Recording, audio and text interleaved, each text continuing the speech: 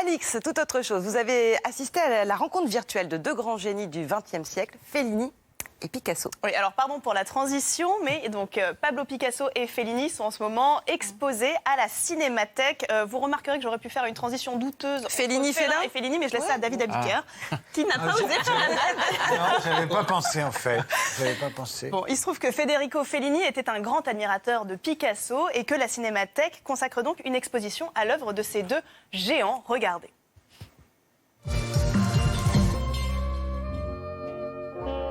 C'est l'histoire d'un cinéaste mythique qui admire un peintre de génie. La Cinémathèque dévoile un Federico Fellini hanté par Pablo Picasso, au point de rêver de lui. Sur ses croquis, Fellini dessinait des rencontres imaginaires avec le peintre cubiste. Qu'on voit Fellini au centre, Giulietta Masina ici et Picasso, qu'on reconnaît immédiatement avec ses quelques cheveux blancs. Il est détendu avec ses espadrilles, son short, son bermuda, et puis il est là et il parle. Et c'est un peu un leitmotiv des rêves. Il est là pour parler à Fellini et pour l'instruire de conseils. Devant les journalistes aussi, le réalisateur italien assumait sa passion pour Picasso.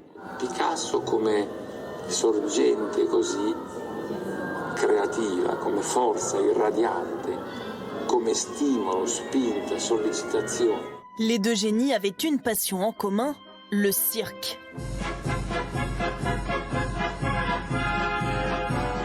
Les clowns et les saltimbanques de l'univers fellinien rappellent certaines toiles de Pablo Picasso, comme ce dessin intitulé Acrobate, girafe et nageuse. Un autre sujet obsède les deux hommes, la femme. Elle est hypersexualisée et souvent plantureuse, dans les croquis du peintre et les films du réalisateur de La Cité des femmes. Tous deux craignent que ces créatures irrésistibles deviennent des tentatrices. C'est leur façon de mettre en scène, de représenter la femme sous toutes ses facettes. La femme idéale, la femme mère, la femme muse, mais aussi la prostituée. Toutes ces composantes se retrouvent dans le harem de Fellini et le harem de Picasso. Amateur de femmes et de cinéma, Pablo Picasso a-t-il vu la Dolce Vita? On ne le saura jamais. Malgré ses tentatives, Federico Fellini n'aura jamais réussi à lui parler. Picasso n'était pas facile à rencontrer, hein, Alix. À part les femmes, il y avait... et l'art... Il fallait avoir des gros seins. Oui, c'est ça. Oui, la preuve, c'est que Fellini a vraiment essayé de le rencontrer. Malheureusement, il n'a pas réussi. Pourtant, ils fréquentaient les mêmes cercles, ils avaient les mêmes amis, ils connaissaient les mêmes critiques, ils se sont fait photographier par les mêmes photographes. Mais entre les deux hommes, c'est un peu une histoire de succession de rendez-vous manqués. Pourtant, ils se sont croisés à plusieurs reprises. Une fois en 1957, au Festival de Cannes, où Fellini avait demandé à un ami de lui présenter Picasso.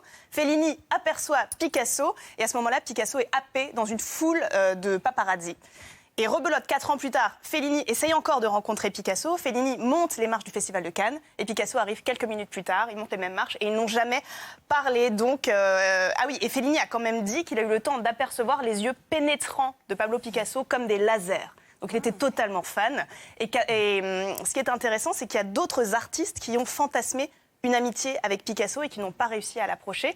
Par exemple, Alexander Calder, un grand sculpteur américain, c'était pas un petit artiste qui griffonnait des trucs dans sa chambre à 2h du matin. Il a essayé de le rencontrer, il lui a envoyé des lettres, il l'a invité à des vernissages. Picasso l'a rencontré vaguement 3 fois, mais il n'a jamais vraiment répondu à ses lettres. Donc voilà, il y a de quoi monter un club des déçus entre tous ces artistes qui auraient aimé rencontrer Pablo Picasso, mais on peut leur répondre cette citation anglaise « Never meet your idols ». Ne rencontrez jamais vos idoles. Oui, c'est sûr qu'on risque toujours d'être déçus. Surtout avec Pablo Picasso. Il a voulu rencontrer Isabelle, qui a toujours refusé. Et je tiens quand même à ajouter que l'exposition donc, est très belle à la Cinémathèque jusqu'au 28 juillet 2019. Merci beaucoup, Alix.